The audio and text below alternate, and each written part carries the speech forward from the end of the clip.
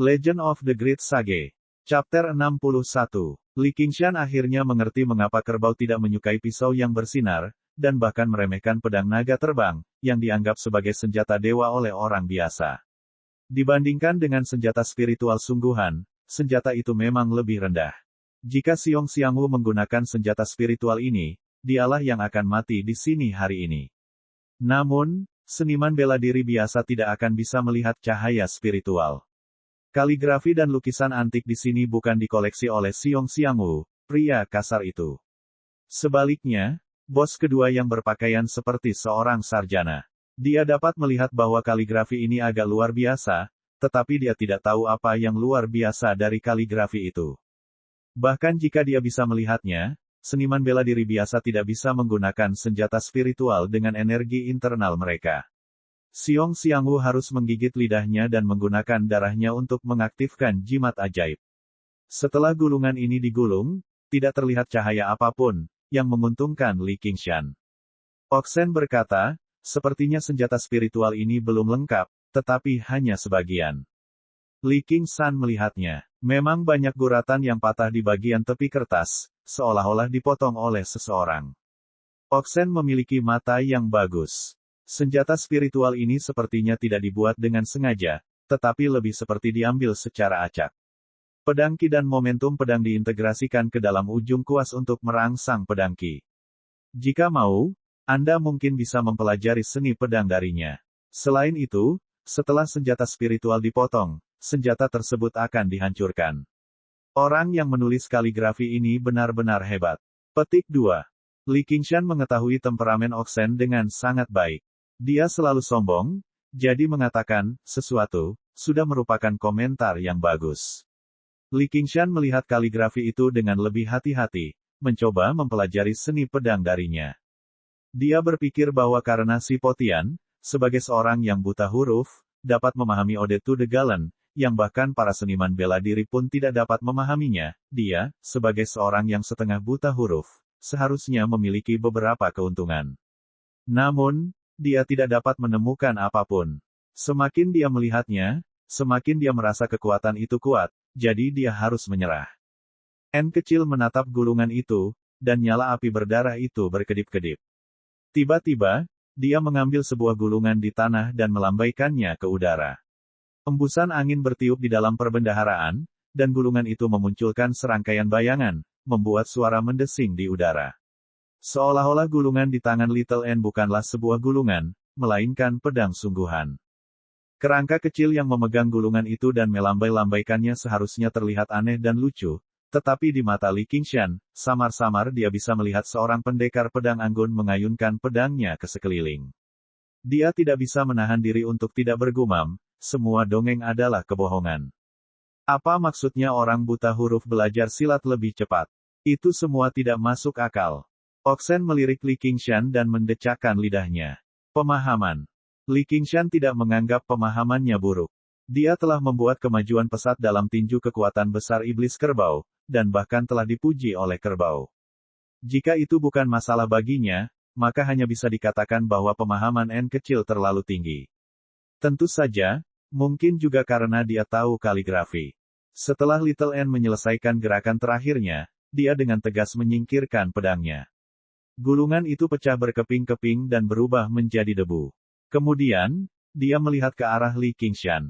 Meskipun dia bahkan tidak bisa membuat ekspresi, nyala api berdarah itu jelas berkobar dengan emosi, datang dan pujilah aku. Li Qingshan menyentuh tengkoraknya. Begitu pintar. N kecil segera menjadi bahagia. Melihat Li Qingshan sedikit terluka, dia menulis di telapak tangannya, aku akan mengajarimu. Li Qingshan tersenyum. Baiklah kalau begitu, sepertinya aku masih harus banyak belajar. Tapi pertama-tama, aku akan membantumu mencari rumah baru. Dari vas antik tersebut, ia menemukan toples porselen tebal dan menimbangnya. Sepertinya terlalu kecil. Xiao An terpecah menjadi beberapa bagian lagi dan terbang dengan suara gemerincing, yang membuat Li Qingshan melompat ketakutan. Dia melirik ke dalam toples dan melihat tengkorak kecil dengan sepasang api berwarna merah darah menatapnya dengan penuh minat. Baiklah, menurutnya membesarkan hantu kecil itu cukup aneh, tapi sekarang tampaknya menjadi semakin asing. Dia berkata, Selamat malam. Dan menutup toplesnya. Li Qingshan mengambil toples dan memasukkan uang kertas ke dadanya. Dia hanya mengeluarkan gulungan itu. Kemudian, dia menyegel ruang rahasia itu lagi. Akhirnya, dia menemukan minyak tanah. Selain lumbung dan gudang, dia menaburkannya di setiap kam dan menyalakan api besar. Sejak zaman dahulu, pembunuhan dan pembakaran selalu dihubungkan satu sama lain.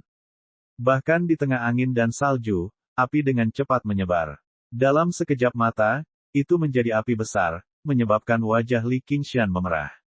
Li Qingshan kemudian menaburkan minyak tanah di atas tumpukan mayat.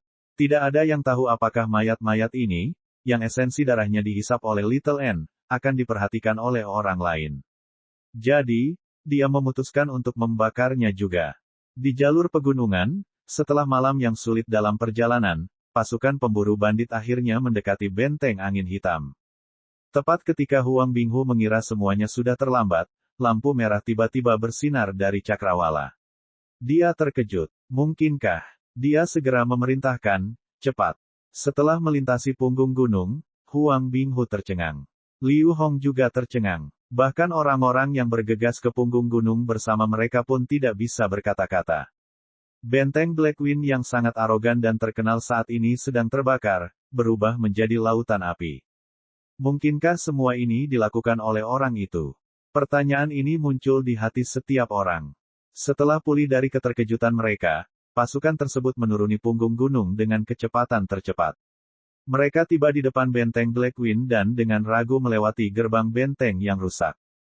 Kemudian, mereka melihat pemandangan yang tidak akan pernah bisa mereka lupakan seumur hidup. Di dalam lautan api, salju di alun-alun diwarnai merah cerah oleh darah dan api. Segala macam senjata rusak ditusukkan ke tanah. Li Qingshan duduk di tengah, memperbaiki dirinya sendiri. Di belakangnya ada segunung mayat yang terbakar. 4 hingga 500 orang berhenti. Tidak terkecuali Huang Binghu dan Liu Hong. Pemuda ini memancarkan aura yang membuat orang tidak berani mendekatinya, seolah-olah dia adalah dewa iblis. Li Qingshan membuka matanya. Anda di sini. 2 bola api terpantul di matanya yang jernih, namun membuat orang merasa seolah-olah api tersebut telah dinyalakan dari lubuk hatinya. Tidak ada yang menjawabnya. Li Qingshan telah membunuh orang, membakar, dan menguji artefak misterius. Dia telah benar-benar menghabiskan seluruh kekuatan fisik dan ki aslinya. Begitu dia duduk, dia merasakan kelelahan yang mendalam, jadi dia hanya bermeditasi dan beristirahat. Di dalam lautan api, tempat terbaik baginya untuk beristirahat adalah ruang kosong ini. Bahkan dia tidak pernah berpikir dia akan memberikan dampak seperti itu kepada orang lain. Sebagai orang biasa, Ye Dachuan tidak mengerti sebanyak Huang Binghu dan Liu Hong. Dia naik dan bertanya, apakah kamu yang melakukan semua ini? Namun, dia tidak pernah berani melihat tumpukan mayat di belakang Li Qingshan sepanjang waktu. Sensasi gosong dan bau daging panggang membuatnya pusing. Li Qingshan mengangguk dan melompat. Li Qingshan telah menghancurkan benteng angin hitam di sini. Saya telah memenuhi janji saya kepada penduduk desa Craching Ox, kepada Tuan, dan kepada diri saya sendiri. Huang Binghu dan Liu Hong, sebaliknya, memperhatikan busur di antara senjata yang tersebar. Mereka paling memahami teror dari hal-hal ini. Seni bela diri macam apa yang memberinya kekuatan seperti itu. Liu Hong tahu dia tidak bisa melakukan apa yang telah dilakukan Li Qingshan. Bahkan jika para bandit tidak bergerak sama sekali dan berbaris untuk menyerangnya, dia tetap akan kelelahan. Belum lagi para bandit tersebut menggunakan berbagai senjata dan memiliki banyak master yang mengawasi mereka. Chapter 62. Terima kasih semuanya atas bantuanmu. Li Qingshan berterima kasih kepada Ye Dachuan, Huang Binghu, dan Liu Hong satu persatu. Tidak peduli apa motif mereka, bantuan tetaplah bantuan, dan imbalannya adalah sisa lumbung, gudang, dan gudang senjata di benteng angin hitam. Adapun perbendaharaan, selalu tersembunyi dengan baik. Dengan kebakaran tersebut, bahkan pintu rahasia pun telah hancur.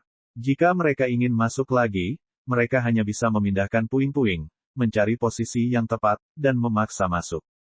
Semua orang di pasukan pemburu bandit berseri-seri dengan gembira dan menghela nafas lega.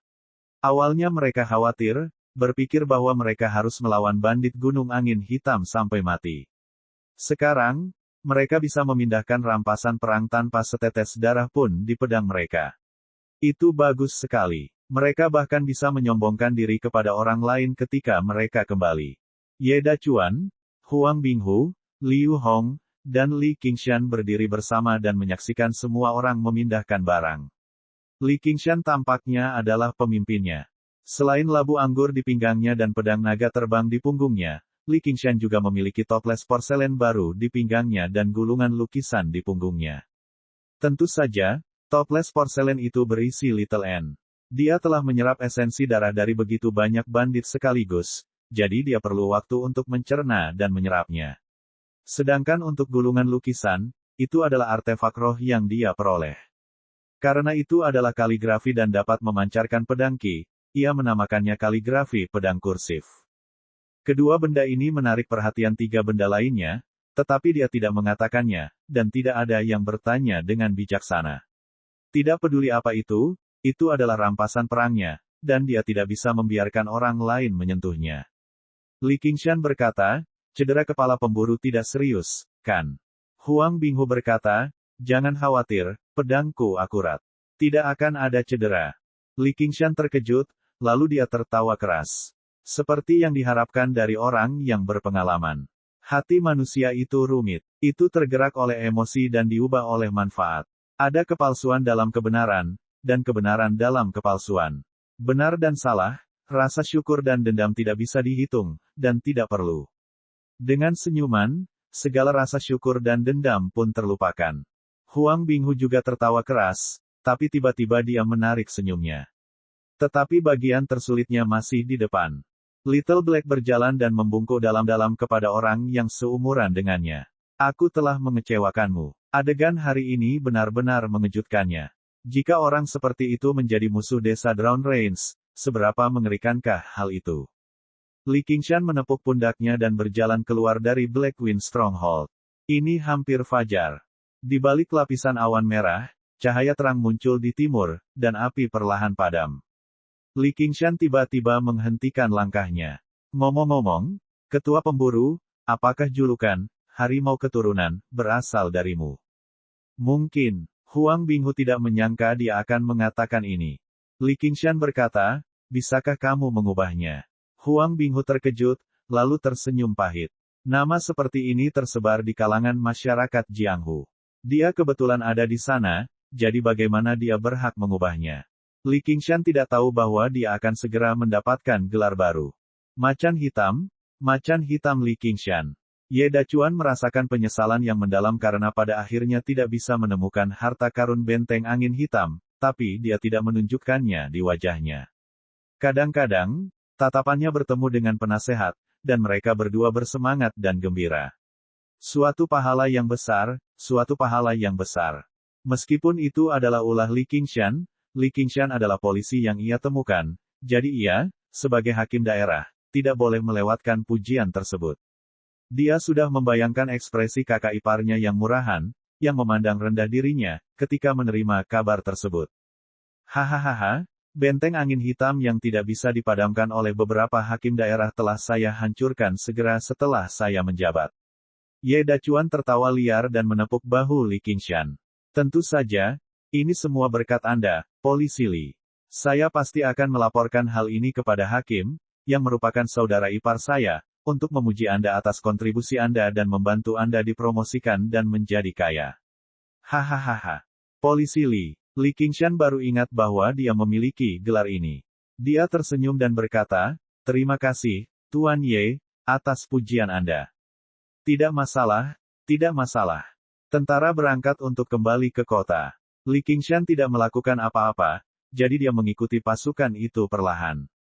Sepanjang jalan, semua orang menyadari bahwa dia tidak seseram yang mereka bayangkan.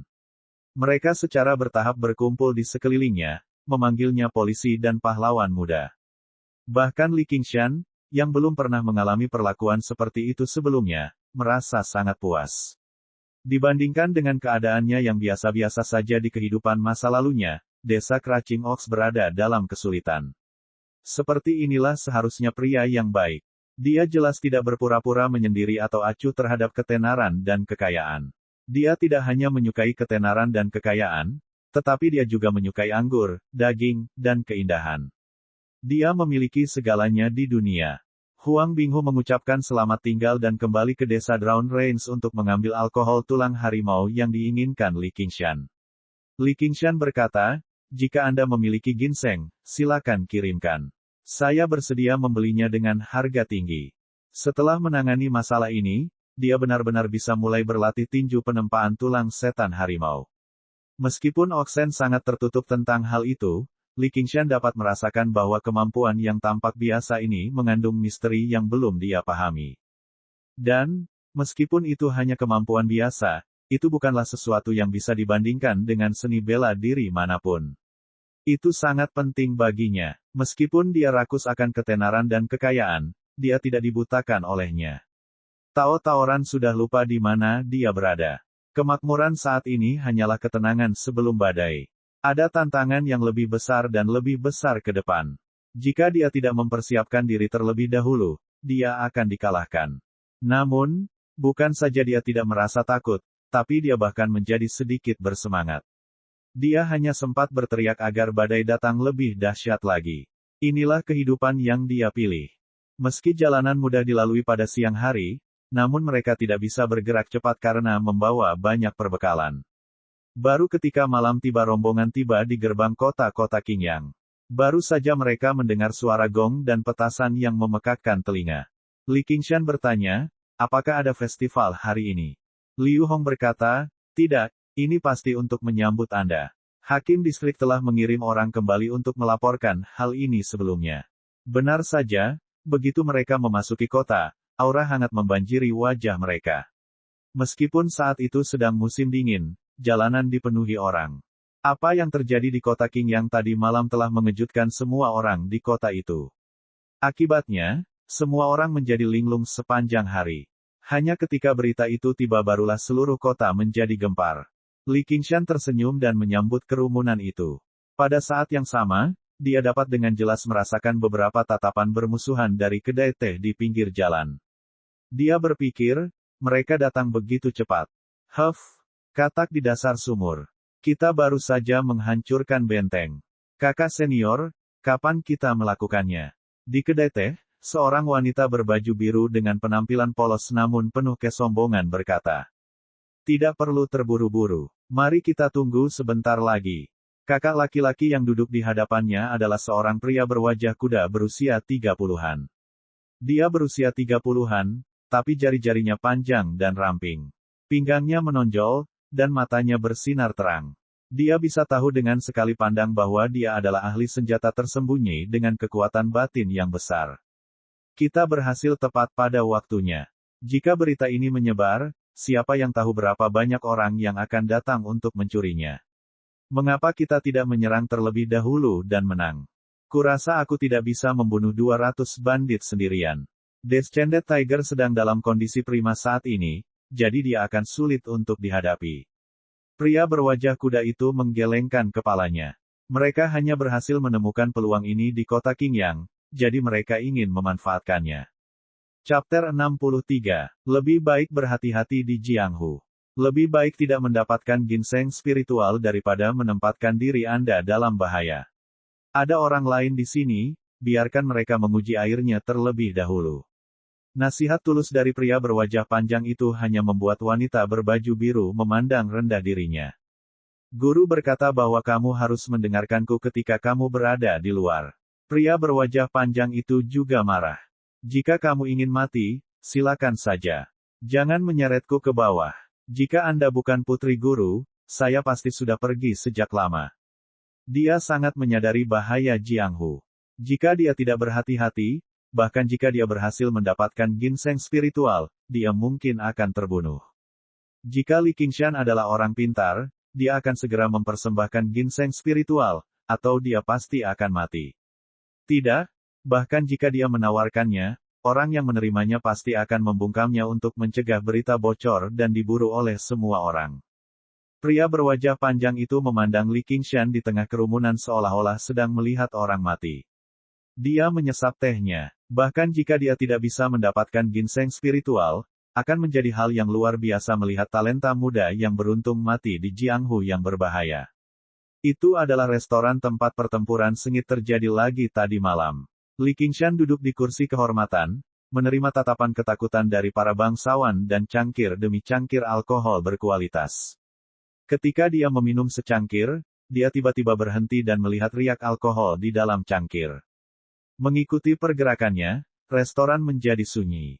Seorang bangsawan bertanya dengan hati-hati, "Arester Li, ada apa?" Li Qingshan berkata dengan ringan, "Anggur ini beracun." Dia dengan santai menuangkan anggur ke tanah. Asap putih segera mengepul, menunjukkan intensitas racunnya. Racun ini tidak berwarna dan tidak berbau. Jika dia tidak mengaktifkan mata rohaninya dan cukup berhati-hati untuk melihat keanehan dalam anggur, dia pasti sudah diracuni sekarang. Wajah bangsawan itu menjadi pucat. Dialah yang baru saja menuangkan anggur untuk Li Qingshan. Dia buru-buru melambaikan tangannya dan berkata, "Itu bukan aku." Li Qingshan tiba-tiba berdiri. Ketika bangsawan hendak menangis minta tolong, dia melihat Li Qingshan melihat ke arah pelayan di samping. "Kaulah yang meracuninya, kan?" Ini hampir seperti intuisi binatang, reaksi sensitif terhadap niat membunuh dan permusuhan. "Sepertinya aku belum pernah melihatnya. Dia bukan pelayan di sini," kata seorang bangsawan. Pelayan itu panik dan berteriak karena dia tidak bersalah. Tiba-tiba, dia melihat sebuah tinju meluncur ke arahnya. Bahkan sebelum tinju itu tiba, hembusan angin darinya sudah menyerbu, mencekiknya. Dia tidak mampu lagi bersembunyi.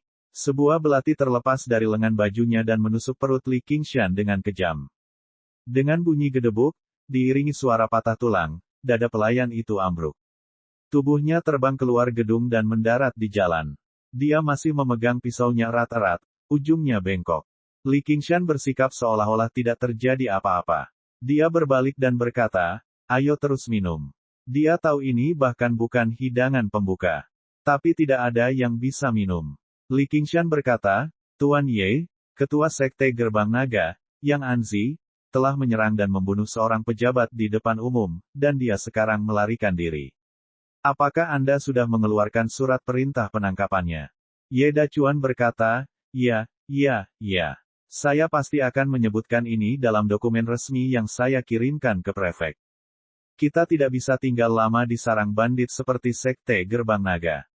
Sebagai seorang polisi, saya bersedia memusnahkan sekte Gerbang Naga dan menangkap Yang Anzi. Bagaimana menurut Anda, Tuan Guru?" Para bangsawan merasa ngeri. Sekte Gerbang Naga mungkin akan mengikuti jejak benteng angin hitam. Untungnya, sebagian besar dari mereka telah memanggil keturunan mereka kembali secepat mungkin. Ye Dacuan memandang ke langit dan berkata, "Apakah sudah terlambat?" Li Qingshan berkata, "Terima kasih atas perhatian Anda, Tuan Guru. Saya akan segera kembali." Karena dia tidak bisa minum, dia akan mencari sesuatu untuk dilakukan. Dia tidak akan membiarkan pelaku di balik semua ini pergi, sekte Gerbang Naga. Dia tidak akan memberikan musuhnya kesempatan untuk beristirahat dan memulihkan diri.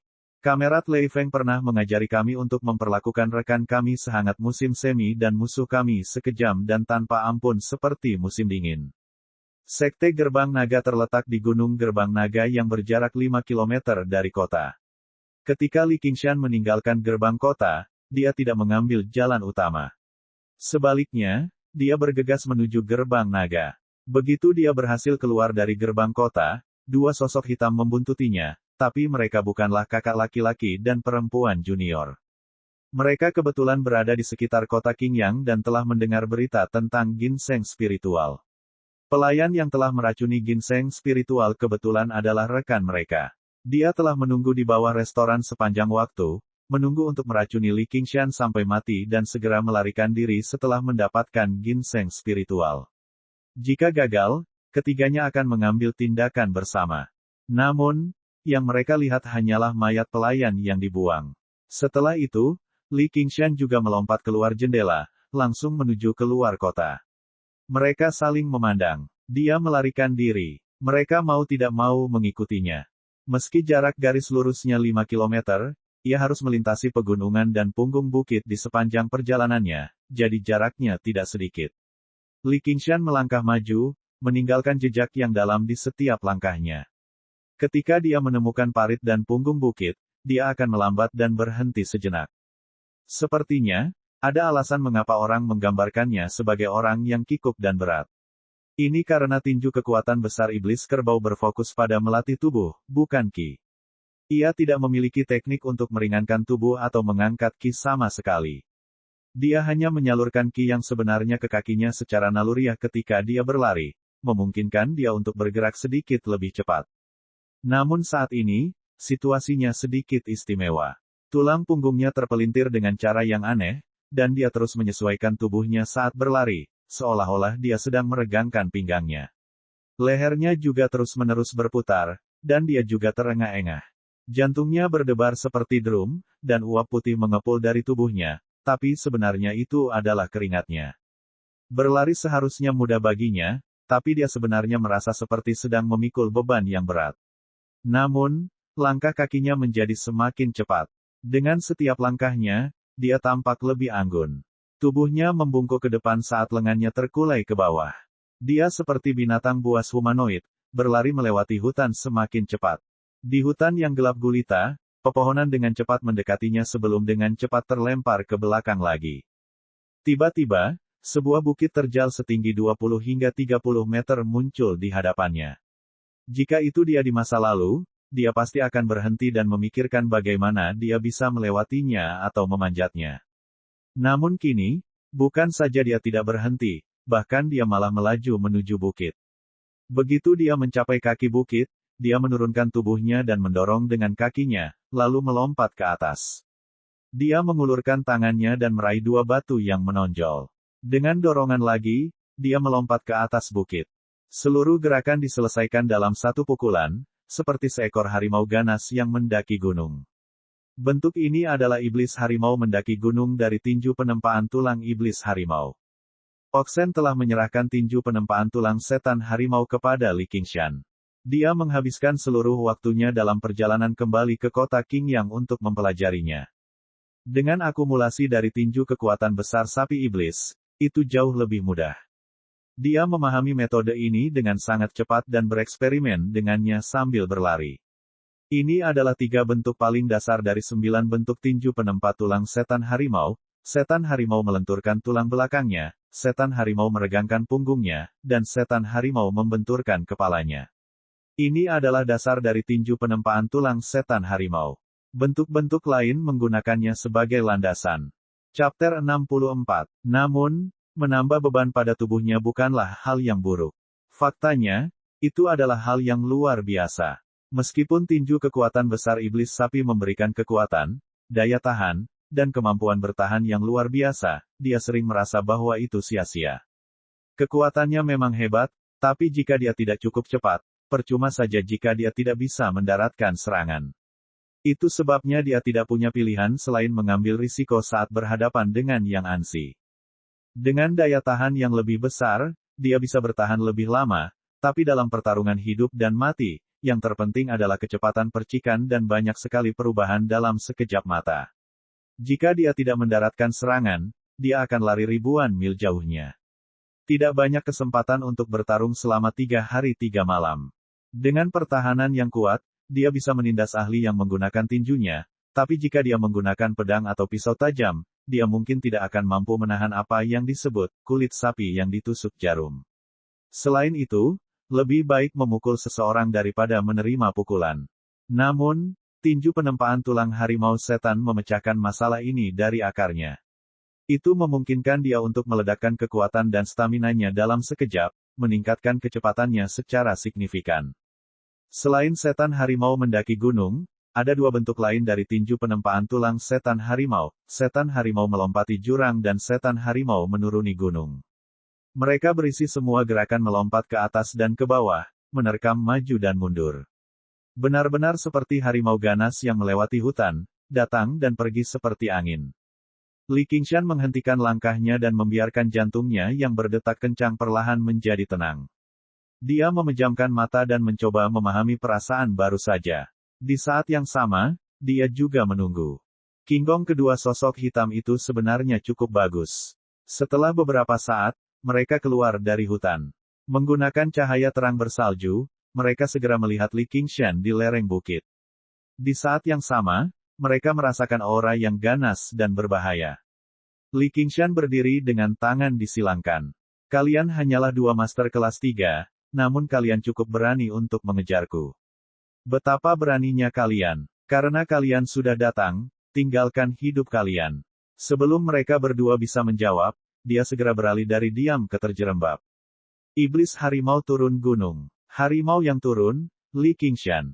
Namun, keduanya mengingat nama panggilan Li Qingshan di saat yang bersamaan. Li Qingshan tidak hanya menganggap julukan ini tidak menyenangkan, tetapi bahkan mereka menganggapnya sangat norak saat pertama kali mendengarnya. Namun, saat bayangan itu mendekati mereka, tak satu pun dari mereka yang bisa tertawa. Mereka membenci diri mereka sendiri karena mempercayai rumor dan menjadi serakah. Mereka tidak menyangka Li Qingshan, yang masih pemula, menjadi begitu kuat. Yang Anzi merilis berita tentang ginseng spiritual, tapi dia pasti tidak akan menyebutkan skandal dirinya dimainkan mahjong. Adapun soal Li Qingshan yang menghancurkan benteng angin hitam sendirian, karena itu terlalu aneh, mereka juga tidak mempercayainya.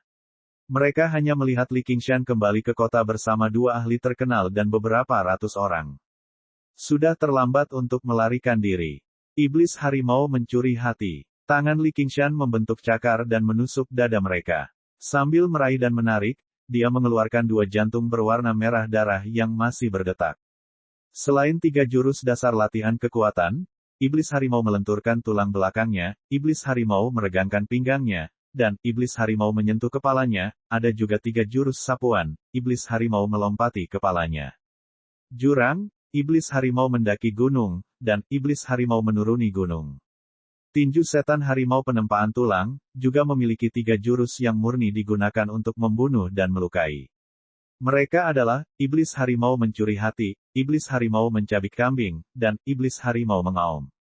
Itu beberapa kali lebih ganas daripada, tinju setan sapi dengan kekuatan besar. N kecil, ayo. Stoples porselen terbuka dan Little N terbang keluar. Warna darah di tubuhnya telah memudar, hanya menyisakan lapisan merah. Dia pada dasarnya telah kembali ke penampilan kerangka putih. Li Qingshan mengepalkan tangannya. Darah menetes ke tulang putih dan langsung meresap ke dalam. Inilah yang disebut darah orang hidup. Metode kultivasi seperti itu sangat jahat dan sangat menakutkan. Namun, Li Qingshan tidak merasakan ketidaknyamanan sedikitpun. Itu bukan hanya karena kedua orang ini ingin menyakitinya dan tidak ada salahnya membunuh mereka. Dia mencium bau darah yang kental dan kenikmatan yang kejam muncul dari lubuk hatinya. Lampu merah di kedalaman matanya juga menjadi semakin menyilaukan. Di mata manusia, lembu adalah makhluk yang relatif jujur dan patuh. Meskipun mereka mengalami saat-saat kekerasan, mereka tidak bisa dibandingkan dengan harimau yang berburu untuk dimakan. Hal yang sama juga terjadi pada teknik tinju yang diberi nama berdasarkan kedua binatang ini. Jika tinju setan sapi dengan kekuatan besar hanya memperkuat haus darahnya, maka, tinju setan harimau yang menempa tulang, telah sepenuhnya merangsang sifat membunuh di dalam hatinya. Mereka yang pandai berkelahi suka berkelahi, dan mereka yang pandai membunuh suka membunuh. Ini adalah akal sehat dunia. Li Qingshan menggunakan tangannya yang berlumuran darah untuk menggosok kepala N kecil dan berkata dengan lembut, keluarlah dan cari udara segar. Meskipun dia tidak tahu bagaimana kerangka bisa mendapatkan udara segar, N kecil masih dengan senang hati naik ke bahu Li Qingshan.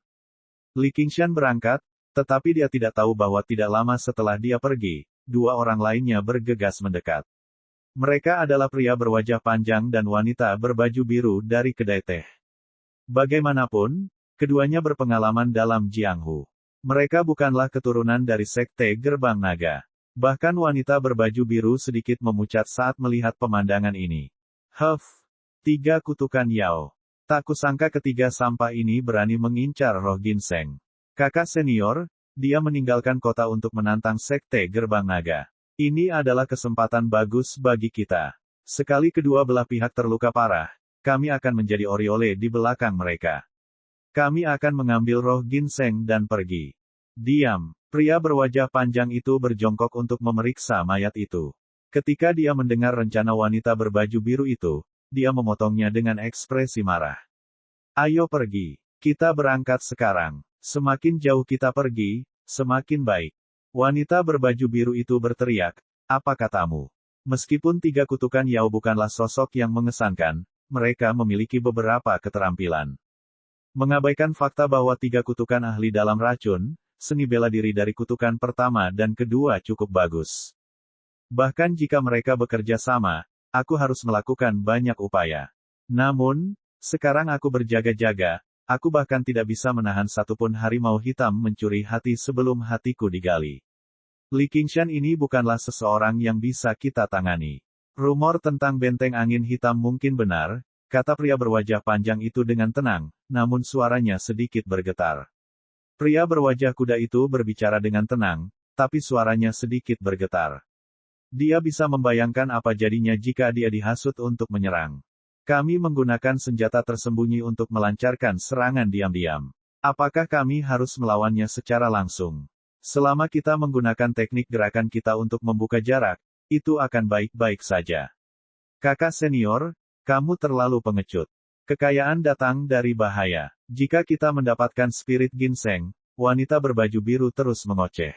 Ketika dia menyebutkan spirit ginseng, matanya berbinar. "Pa," terdengar tamparan yang jelas. Wanita berbaju biru menutupi wajahnya dengan tidak percaya. "Kamu benar-benar berani memukulku." Pria berwajah panjang itu berkata, "Jika kamu ingin mati, pergilah sendiri. Jangan menyeretku. Kembalilah dan beritahu guru. Mari kita lihat apakah guru akan menghukum atau memujiku." Dia mengayunkan tangannya dan pergi. Wanita berbaju biru itu tertegun beberapa saat, tapi dia tetap mengejarnya. "Kakak senior, bagaimana kamu bisa melakukan ini?" Gunung Gerbang Naga menjulang tinggi di tanah. Gunung itu curam dan terjal. Terdapat tebing di tiga sisinya, terutama di sisi timur. Seolah-olah telah dipotong dengan kapak.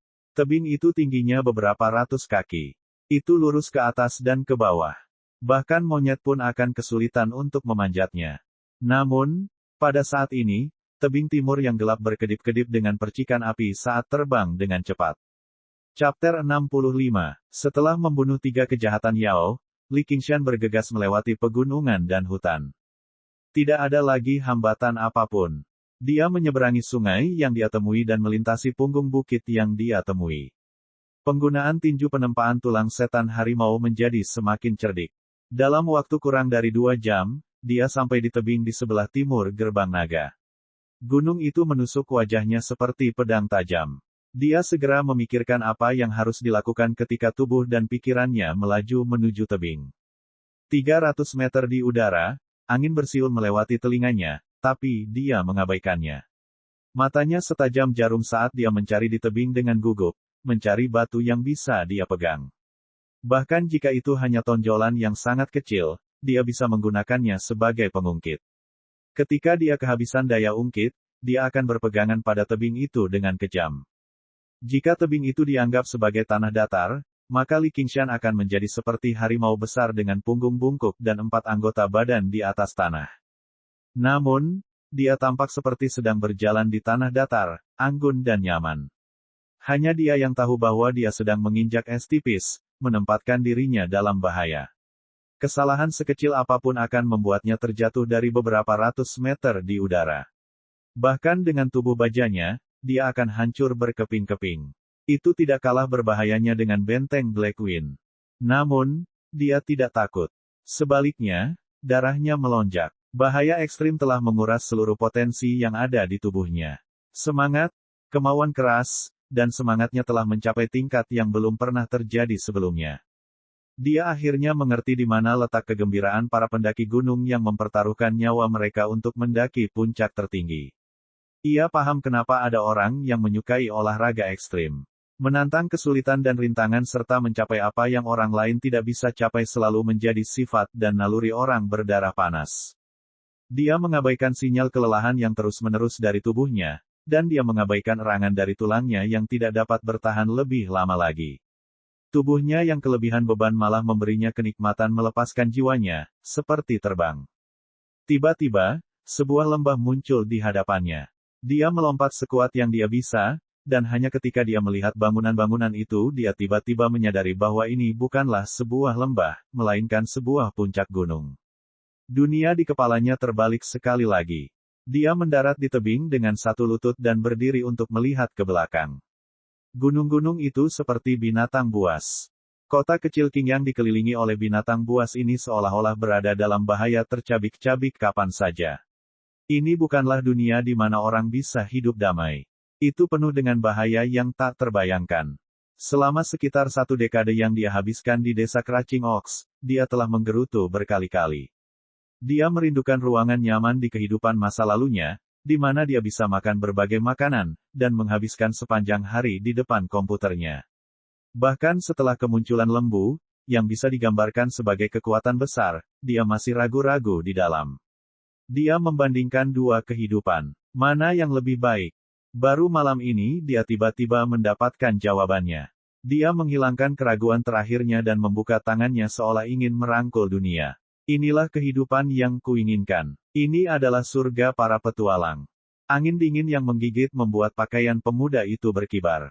Di tebing ini, dia mengakhiri kehidupan masa lalunya, mimpi lama yang menghantuinya selama 15 tahun. Saya Li Qingshan, Li dari Muzi, Li dari Li. Di manakah di dunia ini yang tidak memiliki gunung yang subur? N kecil juga merangkak keluar dari toples. Dia menatap Li Qingshan dengan tatapan kosong. Meskipun dia tidak tahu apa yang dia pikirkan, dia sepertinya merasakan keinginannya. Dia berpikir dalam hati, kemanapun kamu ingin pergi, aku akan menemanimu sampai akhir. Li Qingshan berbalik dengan tegas dan berjalan menuju gedung dan aula. Disitulah sekte gerbang naga berdiri. Hari sudah cukup larut, namun aula Soaring Dragon dari sekte gerbang naga masih terang benderang. Ketua sekte, Yang Anzi, duduk di kursi kehormatan. Di sampingnya ada Yang Jun yang berwajah pucat dan kesal. Para tetua dan murid inti sekte berdiri di kedua sisi. Mereka semua tegas, dan tidak ada yang mengatakan apapun. Bahkan nyala api yang menderu-deru pun tidak mampu menghangatkan hati mereka. Benteng angin hitam telah dihancurkan oleh Li Qingshan. Berita ini membebani dada semua orang seperti batu besar. Sekte gerbang naga cukup mengesankan. Li Qingshan baru kembali ke kota Qingyang pada malam hari, tetapi beritanya telah sampai ke sekte gerbang naga pada malam hari. Itu cukup cepat. Yang Jun berteriak dengan wajah bengkok, itu tidak mungkin. Pasti hanya rumor. Ini baru sehari. Benteng angin hitam tidak terbuat dari kertas. Bagaimana bisa dihancurkan? Juner, berhenti bicara. Itu tentara kota Qingyang, dan ada Liu Hong dan Huang Binghu yang bekerja sama juga. Tidak mengherankan jika benteng angin hitam telah dihancurkan. Aku hanya tidak pernah menyangka akan secepat ini. Yang Anzi benar-benar memenuhi reputasinya sebagai ketua sekte. Dia masih bisa tetap tenang setelah mendengar tentang peristiwa besar tersebut. Seorang tetua berkata, saya tidak pernah mengira Liu Hong dan Huang Binghu akan bekerja sama untuk membantu anak itu. Kakak senior, apa yang harus kita lakukan sekarang? Banyak bangsawan telah memanggil kembali keturunan mereka. Petik 2. Apa maksudmu membantu anak itu? Itu hanya untuk harta benteng angin hitam. Mereka tidak akan mengampuni sekte gerbang naga. Ini pada dasarnya adalah bencana yang belum pernah terjadi sebelumnya bagi sekte gerbang naga kita. Sekte gerbang naga telah berdiri selama bertahun-tahun. Meskipun sekte ini tidak pernah menjadi sekte besar dalam Jianghu, sekte ini memiliki fondasi yang sangat kuat di Qingyang. Seni bela diri dan pengaruhnya digabungkan untuk membentuk kekuatan penguasa absolut. Saat ini, mereka seperti seorang tiran lokal yang hidup nyaman, tiba-tiba mendengar bahwa seluruh dunia sedang memberontak. Mereka pada dasarnya merasa akhir dunia telah tiba. Kakak senior, aku sudah mengatakan sejak lama bahwa kita perlu menahan murid-murid kita agar tidak mengamuk. Jika mereka mengamuk seperti ini, cepat atau lambat mereka akan memprovokasi musuh yang kuat dan membawa masalah besar pada sekte gerbang naga kita. Meskipun tetua disiplin mengatakan ini kepada Yang Anzi, dia melihat ke arah Yang Jun. Yang lainnya juga menunjukkan kebencian. Bajingan tua, omong kosong apa yang kamu ucapkan? Putra bodohmu menyuruh istri dan anak perempuan orang lain datang mencari mereka. Siapa yang membela mereka? Yang Jun sangat marah. Biasanya, dia tidak akan pernah berbicara seperti itu kepada seniornya, tetapi dia tiba-tiba kehilangan seni bela dirinya. Bahkan sekte gerbang naga yang melindunginya mungkin tidak dapat melindunginya lagi. Dia sudah kehilangan akal sehatnya, jadi dia tidak lagi peduli. Anda, wajah tetua pendisiplin itu memerah. Kalian semua, tutup mulut. Suara yang anzi menggelegar di aula. Kekuatan batinnya tidak bisa diremehkan. Apakah sekarang waktunya untuk perselisihan internal? Apapun yang terjadi di masa lalu, prioritas saat ini adalah menangani krisis yang ada di hadapan kita. Saya sudah mengirim murid untuk menjaga jalur gunung dan menyampaikan berita dengan obor. Jika seseorang menyerang gunung secara massal, mereka pasti tidak akan bisa bersembunyi dari kita. Jika kita benar-benar tidak bisa menghentikan mereka, kita hanya bisa mundur melalui jalan rahasia di aula leluhur dengan tabungan kita. Kami akan meninggalkan Gunung Gerbang Naga dan mempertahankan kekuatan kami. Petik 2. Pada akhirnya, Sekte Gerbang Naga adalah sekte yang telah ada selama beberapa generasi. Selain para tuan muda bangsawan, masih banyak murid setia yang melayani mereka. Namun, para murid ini tidak pernah membayangkan bahwa master sekte mereka telah membuat rencana untuk meninggalkan mereka. Tinggalkan Gunung Gerbang Naga. Semua orang di aula terkejut. Mereka telah memikirkan skenario terburuk, tetapi ketika mereka tiba-tiba mendengarnya, mereka masih kesulitan menerimanya. Saya hanya berbicara tentang skenario terburuk, dan ini hanya rencana sementara. Saya sudah mengirim surat kepada semua anggota perkumpulan seni bela diri, baik ortodoks maupun jahat. Semua orang telah mengetahui tentang berita tersebut, ginseng spiritual. Tidak lama lagi, kota Qingyang akan dipenuhi oleh orang-orang Jianghu. Bukan hanya anak itu yang akan mati, tapi bahkan Liu Hong dan Huang Binghu pun mungkin akan mati dengan cara yang mengenaskan. Selama kita mempertahankan kekuatan kita, kita akan menjadi bisa kembali dalam waktu dekat. Chapter 66. Ekspresi yang Anzi berubah drastis. Dia sama sekali tidak merasakan kedatangan Li Qingshan. Li Qingshan mengangkat kakinya dan melangkah maju. Dia tidak lagi terlihat canggung. Sebaliknya, dia seringan dan diam seperti kucing. Para tetua dan murid lainnya masih bertanya-tanya siapa dia. Yang Jun meraung, Li Qingshan. Semua orang di aula berdiri pada saat yang sama, menekan pedang mereka. Terjadi kesibukan diskusi. Apa yang dilakukan para murid yang menjaga gunung? Bagaimana kamu bisa sampai di sini? Siapa lagi? Pergi dari sini. Petik 2. Kamu tidak perlu khawatir tentang bagaimana aku bisa sampai di sini. Aku satu-satunya yang ada di sini hari ini. Li Qingshan melihat sekeliling dan melihat ada banyak orang yang tidak dia kenal. Dia berkata, saya di sini hanya hari ini untuk membunuh pelakunya. Kalian semua boleh meninggalkan aula. Saya beri waktu 10 menit. Dia berbalik ke samping, memberi jalan menuju pintu di belakangnya. Namun, apa yang dia terima sebagai tanggapan adalah suara pedang yang terhunus. Cahaya pedang yang menakutkan berkedip-kedip. Tetua Balai Disiplin berkata, ada jalan menuju surga, tapi kamu memilih untuk menerobos masuk. Tak disangka kamu berani menyelinap ke atas gunung sendirian. Apakah kamu benar-benar berpikir bahwa Sekte Gerbang Naga kita adalah sebuah penurut? Dia bertanggung jawab atas hukuman dan dikenal karena sikapnya yang tidak berperasaan di Sekte Gerbang Naga. Dia memandang Li Qingshan seperti sedang melihat murid-murid yang telah menyinggung perasaannya. Bunuh dia. Dia musuh terbesar Sekte Gerbang Naga kita. Jika bukan karena dia, Sekte Gerbang Naga tidak akan seperti sekarang ini. Beraninya dia mengirim dirinya sendiri ke depan pintu rumah kita. Kita tidak bisa melepaskannya begitu saja. Aku ingin memotong semua anggota tubuhnya. Awalnya, semua orang hampir berselisih satu sama lain, tetapi karena kemunculan pelakunya, Li Qingshan, mereka bersatu. Mereka ingin melampiaskan semua kemarahan mereka padanya.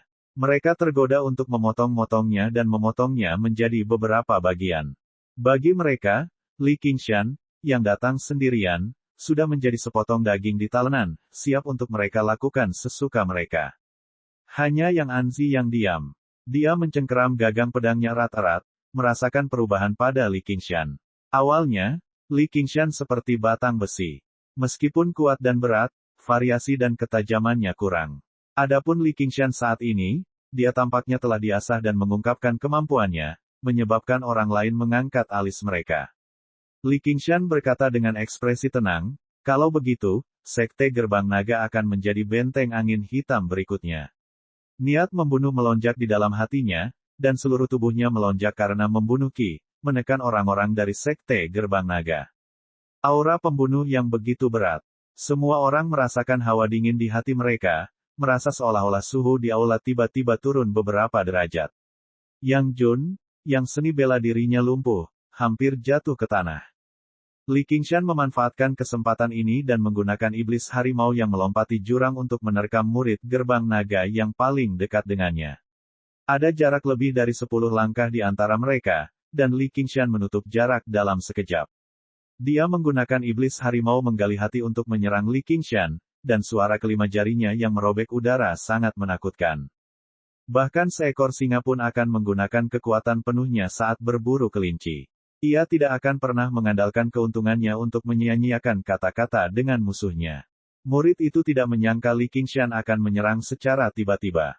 Dalam keterkejutan dan ketakutannya, dia bahkan tidak bisa menggunakan setengah dari kekuatannya. Dia hanya bisa menyaksikan tangan Li Qingshan merogoh dadanya dan mengeluarkan jantung yang berdarah sebelum dengan santai membuangnya ke samping. Xiao An melompat dan menangkap jantung di tangannya, menyerap darah jantung. Sejak dia mengetahui dari Li Qingshan bahwa ada peluang baginya untuk memulihkan tubuh daging dan darahnya, dia melakukan ini dengan sikap menyelesaikan upacara sakral. Dua bola api menyala di rongga mata Little N saat dia mengalihkan pandangannya ke orang-orang di aula. Selama dia membunuh sekelompok orang ini, dia akan selangkah lebih dekat dengan tujuannya. Tidak peduli harganya, dia ingin tampil di hadapan Xiao Chen dengan tubuh fisik lagi. Semua orang dari Sekte Gerbang Naga bereaksi ketika Li Qingshan membunuh murid itu. Namun, mereka tiba-tiba berhenti ketika mereka melihat pemandangan aneh ini dengan ngeri. Di samping cahaya lilin yang berkelap-kelip, sesosok kerangka sedang memegang hati manusia dan melahapnya. Hanya dua kata yang muncul di benak mereka. D. Iblis. Karena Little N tidak lagi memiliki kemampuan untuk menyembunyikan dirinya, dia tidak perlu melakukannya. Li Qingshan menghunus pedang leluhur dari Sekte Gerbang Naga, pedang naga melonjak, dan menikamnya ke tanah. Aku sudah lama mendengar bahwa Sekte Gerbang Naga terkenal dengan seni pedangnya. N kecil, datang dan bertandinglah. N kecil melemparkan jantungnya ke samping dan meraih pedang naga melonjak. Pedang itu agak terlalu besar untuknya, tapi saat dia memegang gagangnya, auranya berubah. Dia seperti pendekar pedang yang tiada taranya. Ujung pedangnya menunjuk secara diagonal, dan setiap orang dari Sekte Gerbang Naga merasa seperti mereka diselimuti oleh aura pedang. Wajah tetua balai disiplin tampak pucat. Dia tidak lagi memiliki kepercayaan diri seperti yang dia miliki saat ini. Sebagai anggota Sekte Pedang, tidak peduli orang macam apa mereka tetap tahu keahlian mereka dalam hal teknik pedang.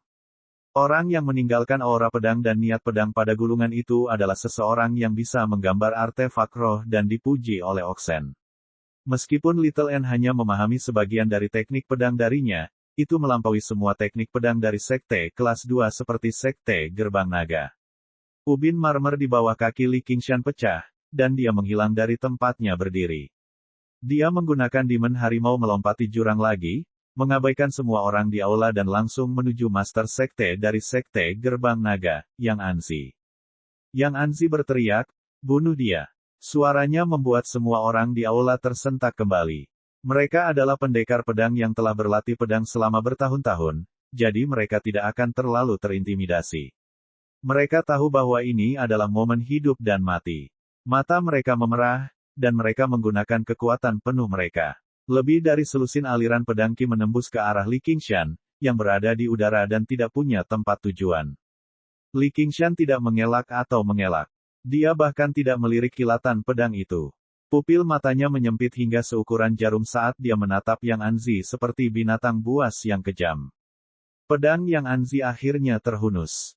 Itu adalah pedang berharga lainnya yang bersinar dengan cahaya spiritual. Meskipun sedikit lebih rendah dari pedang naga melonjak, ia masih memiliki kemampuan untuk memotong logam dan batu giok. Itu mewujudkan 7 lapis siluet pedang, menciptakan 7 bunga pedang yang menyerang Li Qingshan. Bahkan jika pedang lainnya tidak dapat menembus kulit Li Qingshan, pedang ini pasti akan merenggut nyawa Li Qingshan. Saat Li Qingshan hendak bergerak, N kecil tiba-tiba bergegas keluar dari bawah. Pedang naga melonjak juga mewujudkan 7 lapis siluet pedang, menciptakan 7 bunga pedang yang berbenturan dengan pedang Yang Anzi, menghasilkan serangkaian dentang tajam. Di belakang Little N, sekelompok tetua dan murid gerbang naga membeku seperti patung, mempertahankan postur menikam Li Qingshan. Luka mengerikan muncul di leher, dada, dan dahi mereka. Darah muncrat dari mulut mereka pada saat yang bersamaan ketika mereka jatuh ke tanah. Saat Li Qingshan bergerak, N kecil memegang pedang naga melonjak dan menyerang pada saat yang bersamaan. Namun, dia tetap dekat dengan tanah saat dia melewati aula. Saat semua orang menyerang Li Qingshan dengan sekuat tenaga, dia langsung membunuh semua tetua dan murid. Lalu, dia menghadapi pedang Yang Anzi. Dia bukanlah seorang anak kecil, tapi seorang kultivator iblis yang mengembangkan seni iblis. Pedang naga melonjak juga bukan mainan, tapi senjata mengerikan yang bisa merenggut nyawa seseorang. Ketika Little N pertama kali menguasai jalan tulang putih dan kecantikan luar biasa, Li Qingshan pernah berkata bahwa dia mungkin bisa meratakan benteng angin hitam sendirian. Sekarang setelah dia memahami teknik pedang artefak spiritual dan menggunakan senjata seperti pedang naga melonjak, N kecil akhirnya melihat betapa kuatnya dia. Anak ini. Kecakapan bela diri mereka secara bertahap melampaui bidang ahli kelas 2. Ini adalah Jiang Hu. Di bawah tekanan kekuatan bela diri absolut, angka pada dasarnya tidak berguna. Chapter 67. Yang Anzi melihat aula itu dipenuhi mayat. Warisan Sekte Gerbang Naga telah berakhir di tangannya dalam sekejap mata. Ini karena Li Qingshan adalah orang yang lemah di matanya saat itu. Menghadapi orang lemah tidak disebut memprovokasi, tapi mengambil keuntungan. Namun, hari ini, Yang Anzi lah yang dimanfaatkan. Setelah bertukar pukulan dengan Little N, Yang Anzi berhasil melarikan diri dari kematian, tepat pada waktunya untuk menghindari serangan kekuatan penuh Li Qingshan. Jika Li Qingshan menggunakan gerakannya, dia akan yakin bisa melihat warna hati Yang Anzi. Adapun Little N, dia langsung membunuh 10 orang dan menghunus pedang Yang Anzi. Dia juga berada di ujung tambatannya, tidak dapat mengejar ketinggalan dengan segera. Ayah, selamatkan aku. Yang Jun melihat kedua monster yang berada dalam jangkauannya. Dia tidak lagi memiliki kesombongan. Dia mengulurkan tangannya ke Yang Anzi, memohon bantuan dengan wajah penuh ketakutan. Namun, Yang Anzi tidak berniat berhenti. Dia bergegas ke belakang aula seperti gumpalan asap. Dia bisa saja mempunyai lebih banyak anak laki-laki, tapi dia hanya mempunyai satu kehidupan. Dia benar-benar seorang pahlawan yang mengurangi kerugiannya, sangat kejam. Yang Jun langsung putus asa. Dia memejamkan mata dan merasakan angin kencang bertiup ke arahnya, tapi dia tidak merasakan sakit apapun. Ketika dia membuka matanya, dia melihat Li Qingshan dan N kecil bahkan tidak memandangnya, bergegas melewatinya dan mengejar Yang Anzi. Teknik gerakan Yang Anzi sangat mengesankan. Begitu dia pergi jauh, akan sulit untuk mengejarnya. Yang Jun jarang melepas bajunya. Dia mengabaikan pakaian beratnya yang basah kuyup dan segera menggerakkan kakinya, bergegas keluar aula. Dia terus mengulangi dalam hatinya, saya harus membalas dendam. Saya harus membalas dendam. Petik 2. Puff. Sebuah tulang tangan menusuk punggungnya, menembusnya. Yang Jun menatap dadanya dengan tidak percaya. Dia mengambil beberapa langkah ke depan dan jatuh ke tanah dengan bunyi gedebuk. Ketika Little N melihat Yang Jun ingin melarikan diri, dia mengayunkan lengan kirinya, dan tulang lengannya terbang seperti senjata tersembunyi, membunuhnya. Seolah ditarik oleh kekuatan tak kasat mata, lengan kerangka itu terbang ke belakang istana. Di belakang aula utama terdapat aula leluhur Sekte Gerbang Naga. Itu mengabadikan potret Master Sekte masa lalu dari Sekte Gerbang Naga. Potret Master Sekte pertama adalah yang terbesar, tingginya hampir 3 meter. Itu menggambarkan seorang pendekar pedang setinggi pria dewasa, memegang pedang naga melonjak saat dia melihat ke bawah ke seluruh aula leluhur dengan ekspresi acuh tak acuh. Dikabarkan bahwa ketika dia tiba di Qingyang, dia melihat para bandit mengamuk dan membantai orang yang tidak bersalah, jadi dia masuk ke sarang bandit sendirian dan membantai mereka semua. Dia dikenal sebagai pendekar naga melonjak, yang mirip dengan ketenaran Li Qingshan. Rakyat jelata dan bangsawan Qingyang semuanya dipenuhi rasa terima kasih.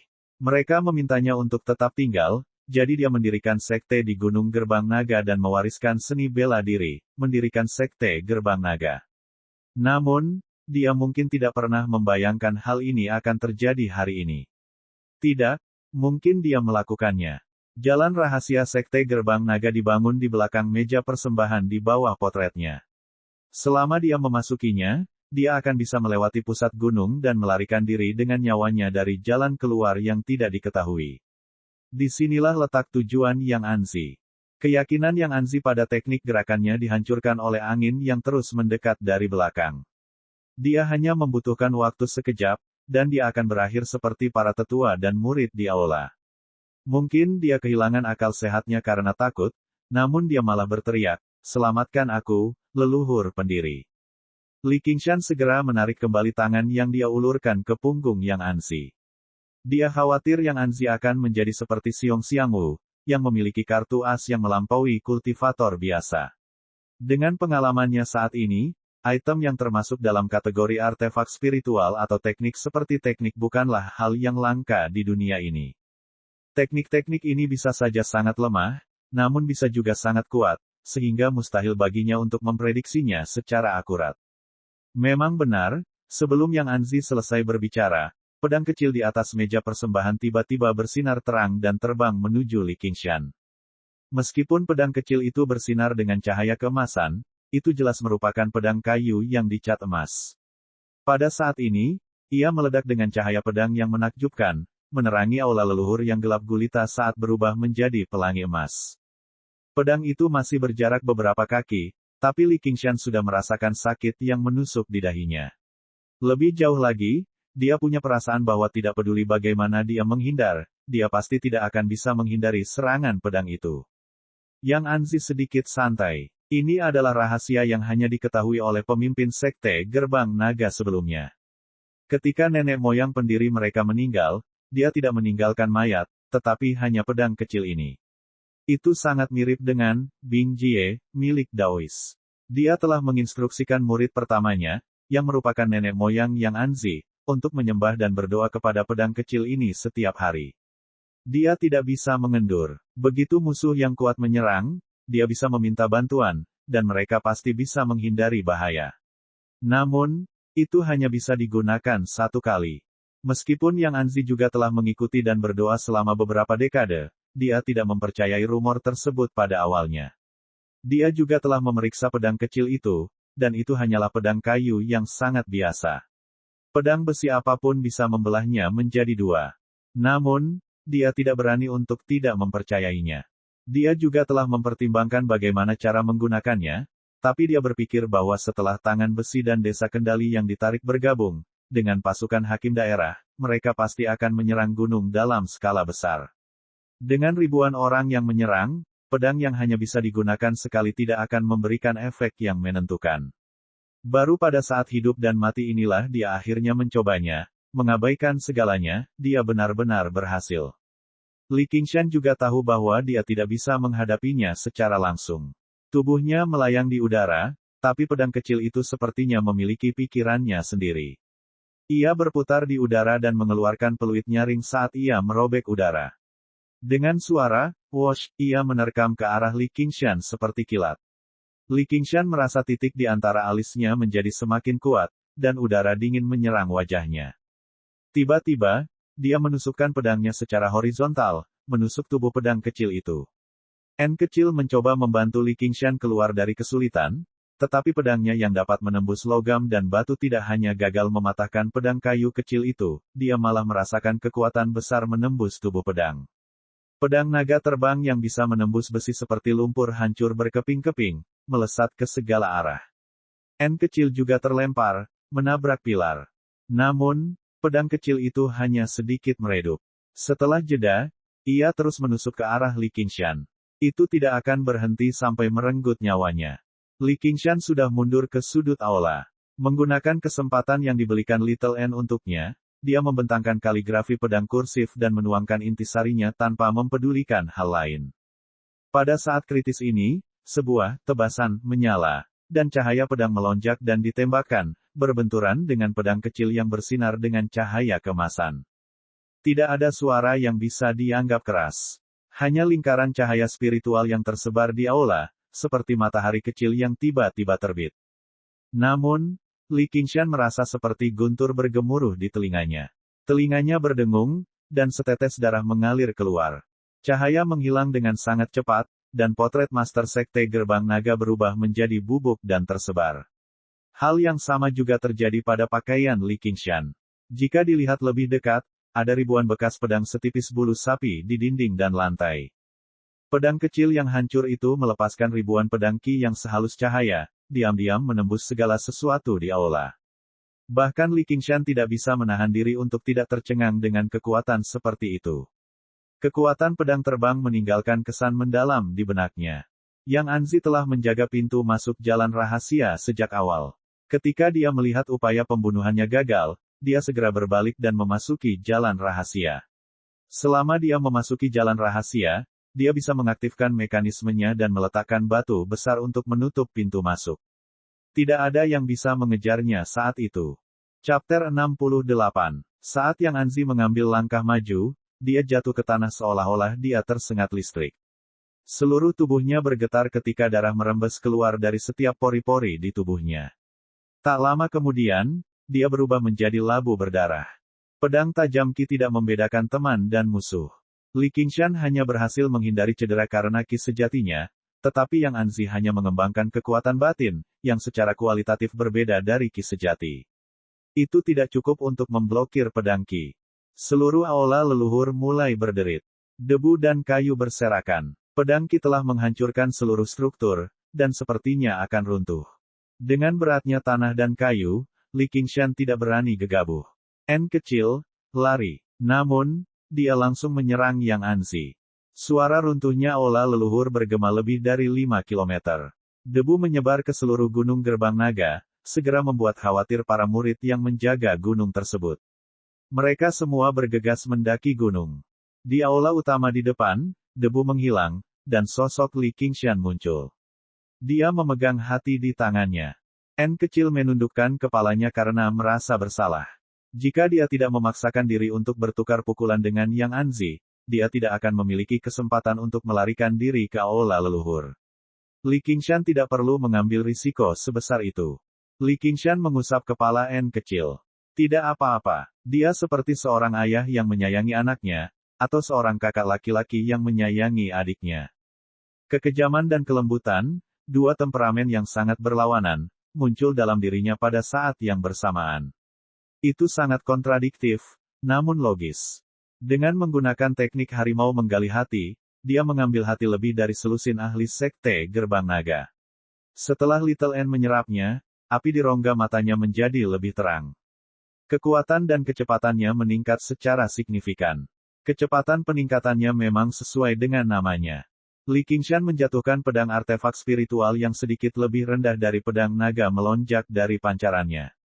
Namun, itu jauh lebih kecil dan lebih cocok untuk digunakan oleh Little N, memungkinkan dia melepaskan kekuatan teknik pedangnya. Li Qingshan mencari di sekte Gerbang Naga lagi dan menemukan satu set pakaian untuk dipakai. Namun, dia tidak menemukan harta karun seperti yang ada di Blackwind Stronghold. Bagaimanapun, sekte Gerbang Naga tidak akan membeli begitu banyak peralatan emas dan perak tanpa alasan. Bandit angin hitam sendiri adalah bandit, jadi tidak nyaman bagi mereka untuk menjual jarahan mereka. Itu sebabnya mereka menyimpannya di gudang harta karun. Namun, ia berhasil menemukan lebih dari 10 botol obat.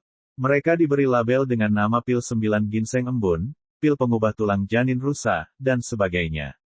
Meskipun itu bukan pil dewa atau obat ajaib, sekte Gerbang Naga telah menghabiskan banyak upaya untuk memurnikannya demi membina murid-murid mereka. Meskipun efeknya tidak dapat dibandingkan dengan anggur roh ginseng spiritual, namun jauh lebih unggul daripada anggur yang diseduh dari ginseng biasa. Adapun keuntungan terbesarnya, dia menemukan setumpuk uang kertas di tubuh Tuan Muda Gerbang Naga, Yang Jun. Ada beberapa puluh ribu tael perak. Yang Anzi sudah bersiap untuk mundur. Dia telah mengambil seluruh tabungannya dan mempercayakannya kepada putra satu-satunya untuk diamankan jika terjadi keadaan darurat. Namun, dia tidak menyangka Li Qingshan akan datang begitu cepat dan ganas. Para murid yang menjaga sekte Gerbang Naga semuanya bergegas mendekat. Ketika mereka melihat runtuhnya aula leluhur, mereka bertukar pandang, tercengang. Apa yang terjadi? Ketika mereka bergegas ke aula, mereka langsung terpana dengan pemandangan mengerikan di depan mereka. Mayat berserakan di mana-mana, masing-masing dengan lubang di dadanya. Hanya satu sosok yang berdiri di sana dengan punggung menghadap mereka. Seorang murid mengumpulkan keberaniannya dan berteriak, "Siapa kamu?" Li Qingshan menepuk toples porselen, menenangkan N kecil yang agak gelisah. Kemudian dia berbalik dan berkata, "Saya Li Qingshan. Sekte Gerbang Naga telah dihancurkan. Kalian semua bisa bubar." Dengan itu, dia keluar dari aula. Bandit angin hitam penuh dengan kejahatan, jadi dia harus membunuh mereka semua. Adapun orang-orang dari Sekte Gerbang Naga di aula, mereka sudah menjadi musuh bebuyutannya. Mereka menginginkan nyawanya, jadi dia tidak bisa mengampuni mereka. Namun, murid biasa dari Sekte Gerbang Naga ini hanya digunakan sebagai pion pengorbanan. Bahkan jika dia ingin membantu Little N pulih secepat mungkin, dia tidak ingin membunuh tanpa pandang bulu. Tentu saja, jika murid-murid ini berani menghunus pedang ke arahnya, dia tidak akan menunjukkan belas kasihan.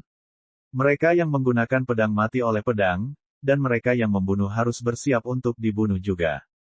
Li Qingshan melewati lusinan murid Sekte Gerbang Naga, dan mereka semua membukakan jalan untuknya secara serempak. Saat Li Qingshan hendak mencapai pintu aula, seseorang menghunus pedangnya dan meraung, "Aku akan membunuhmu."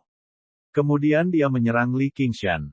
Li Qingshan kembali menatapnya dengan acuh tak acuh, dan murid itu membeku. Tatapan mematikan itu seperti pedang tajam, menusuk ke dalam hatinya. Pedang di tangannya jatuh ke tanah dengan bunyi dentang, dan dia berlutut sambil berkata, "Kamu bukan manusia. Kamu adalah iblis. Iblis." Tentu saja, Li Qingshan tidak mengambil hati. Dia berjalan keluar aula dengan tenang dan menarik napas dalam-dalam. Dendam lain telah diselesaikan. Di satu-satunya puncak, sekelompok murid Gerbang Naga mengikuti di belakang Li Qingshan sambil gemetar. Li Qingshan tiba di tepi tebing dan melompat, menghilang ke dalam kegelapan bersalju. Seperti kata pepatah, mendaki gunung lebih mudah daripada turun. Dibandingkan mendaki gunung, jalur menuruni gunung Li Qingshan bahkan lebih berbahaya. Dia menggunakan Demon Harimau menuruni gunung dan mengendalikan tubuhnya dengan segala yang dimilikinya.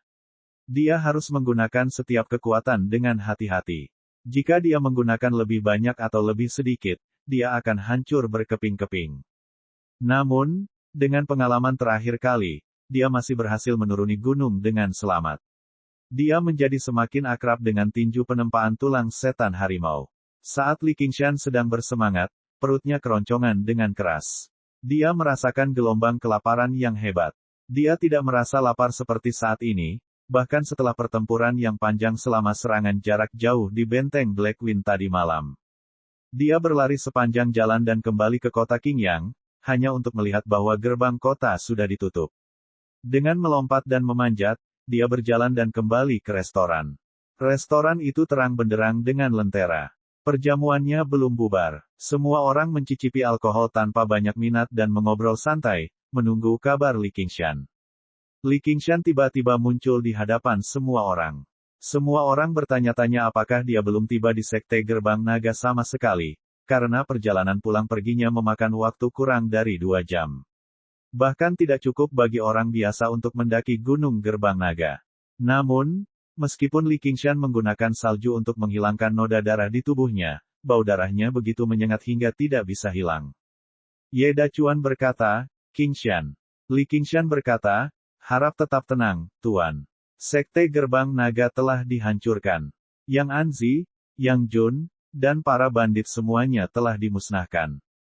Saya telah mengirim murid-murid lainnya untuk membubarkan diri mereka sendiri." Semua orang di restoran tersentak pada saat bersamaan. Jika bukan karena ketakutan mereka terhadap kekuatan Li Qingshan, mereka pada dasarnya akan meragukan apakah dia mengatakan yang sebenarnya atau tidak.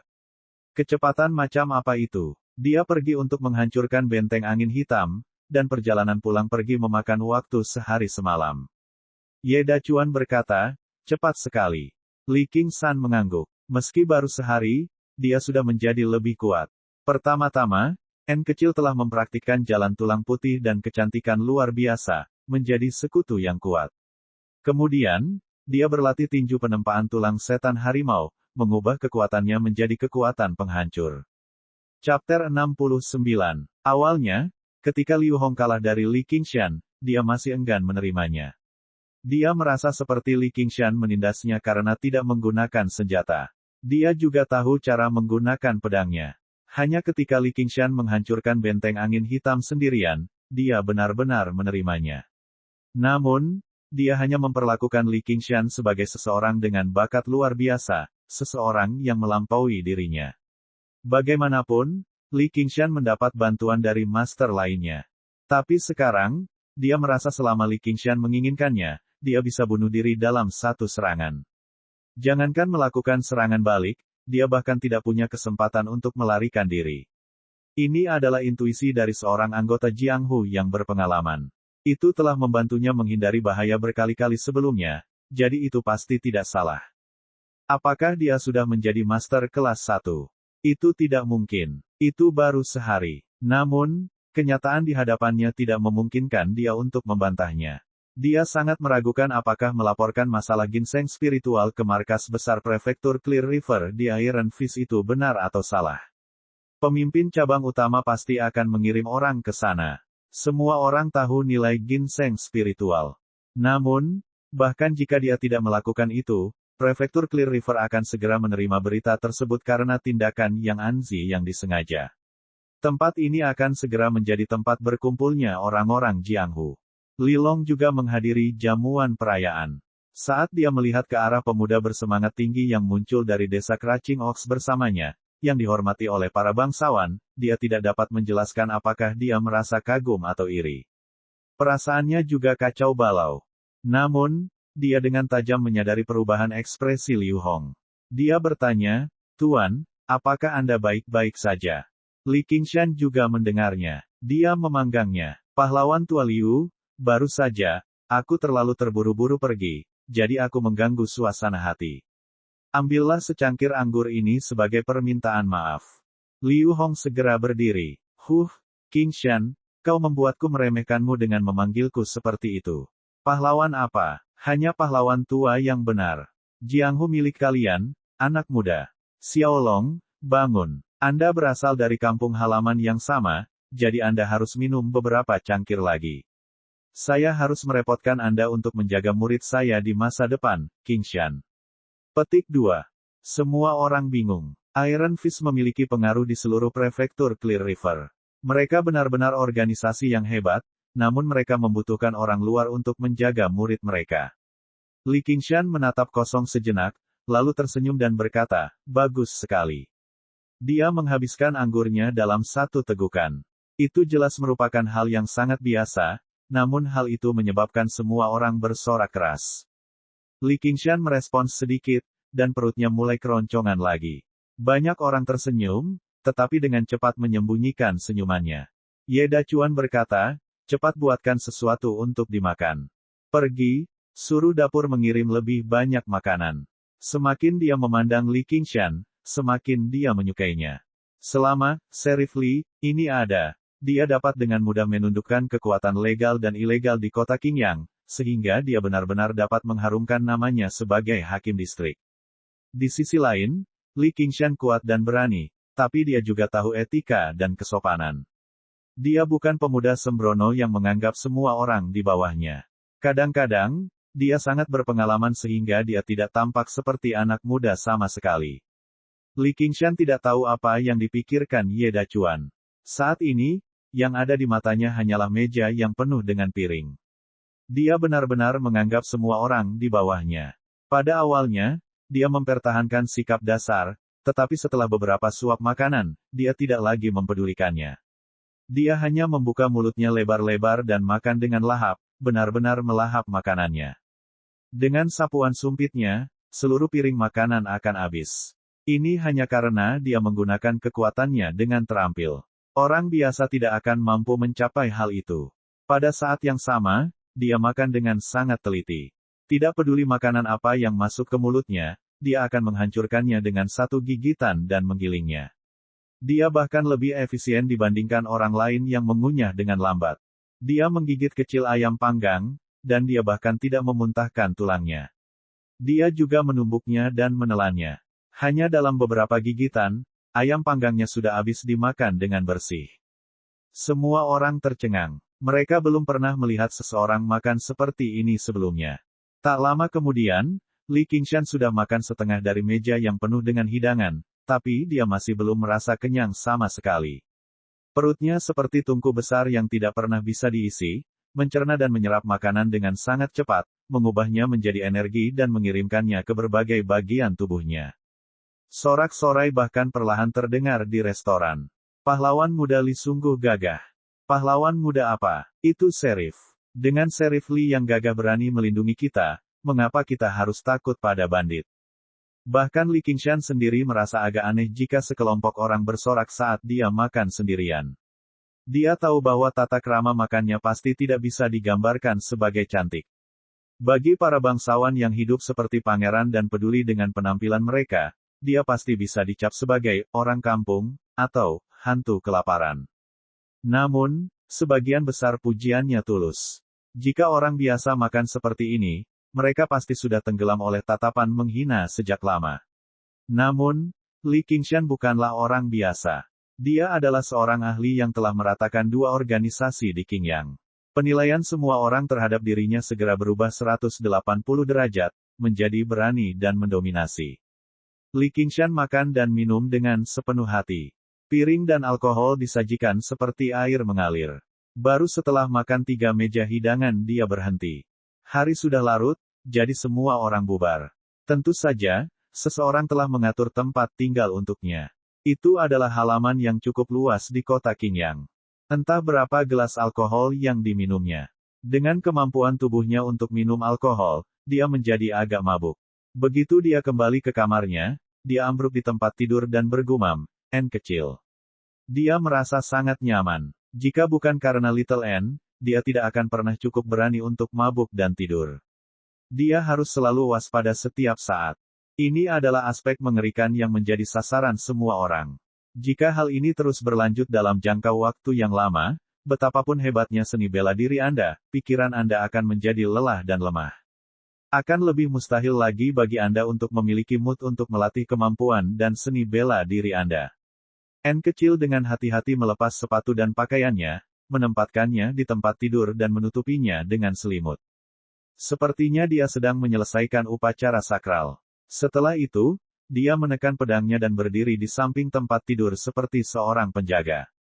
Mungkin karena tindakan Li Qingshan tadi malam telah membuat takut banyak orang, atau mungkin karena tatapan dalam kegelapan masih ingin terus menonton, tetapi Li Qingshan menghabiskan malam itu dengan damai. Tidak ada orang berakal yang datang mengganggunya. Dia tidur sampai langit cerah. Baru pada saat itulah kelelahan mental akibat pertempuran dan pembantaian yang terus-menerus benar-benar mereda. Dia berbaring di tempat tidur sebentar, memikirkan kembali mimpinya tadi malam. Itu bukan lagi mimpi masa lalunya, tapi mimpi baru. Namun, apa sebenarnya itu? Dia tidak dapat mengingat apapun sama sekali. Saat dia berkata, N kecil meletakkan baskom berisi air di hadapannya. Li Qingshan berterima kasih padanya dan menundukkan kepalanya untuk melihat ke baskom. Kenapa sepertinya aku semakin kurus? Dia menyentuh wajahnya. Dia benar-benar tampak semakin kurus. Dia makan daging setiap hari di pegunungan, jadi setelah mencapai kekuatan seekor lembu, tubuhnya jelas menjadi lebih kuat. Wajahnya pun sudah tampak sempurna, tidak lagi sekurus dulu. Dia tampak sangat energi, sekuat lembu. Apakah karena dia bekerja terlalu keras selama 2 hari terakhir? Dia bergumam dalam hatinya dan membenamkan kepalanya ke dalam air. Saat dia mengeluarkannya lagi, dia benar-benar terjaga. Ayo pergi, waktunya berlatih. Letak halamannya agak terpencil, sangat tenang, dan luas. Cocok untuk berlatih seni bela diri, yang sangat cocok dengan selera Li Qingshan. Ketika dia keluar dari pintu, dia menyadari bahwa salju telah berhenti. Matahari musim dingin bersinar di tanah bersalju, bersinar terang. Li Qingshan berjalan melewati salju menuju sinar matahari dan meregangkan tubuh. Dia berbalik dan melihat N kecil masih berdiri dalam bayangan, tidak berani keluar dari pintu. Chapter 70. N kecil memandang Li Qingshan. Di bawah sinar matahari dan salju, dia tampak tertutup lingkaran cahaya. Senyumannya begitu cemerlang sehingga tidak ada yang berani menatap matanya. Praktisnya sungguh mulia. Tangan itu sepertinya merupakan undangan dari dunia cahaya. Rasa sakit akibat terbakar matahari masih membekas di hatinya, namun ia tidak bisa menahan diri untuk tidak mengulurkan tangannya. Tangan yang tidak berdaging, hanya bertulang putih, seperti ngengat yang tertarik pada nyala api. Sekalipun dia sedang terbakar matahari saat ini, dia tidak bisa menolak ajakan dari tangan itu.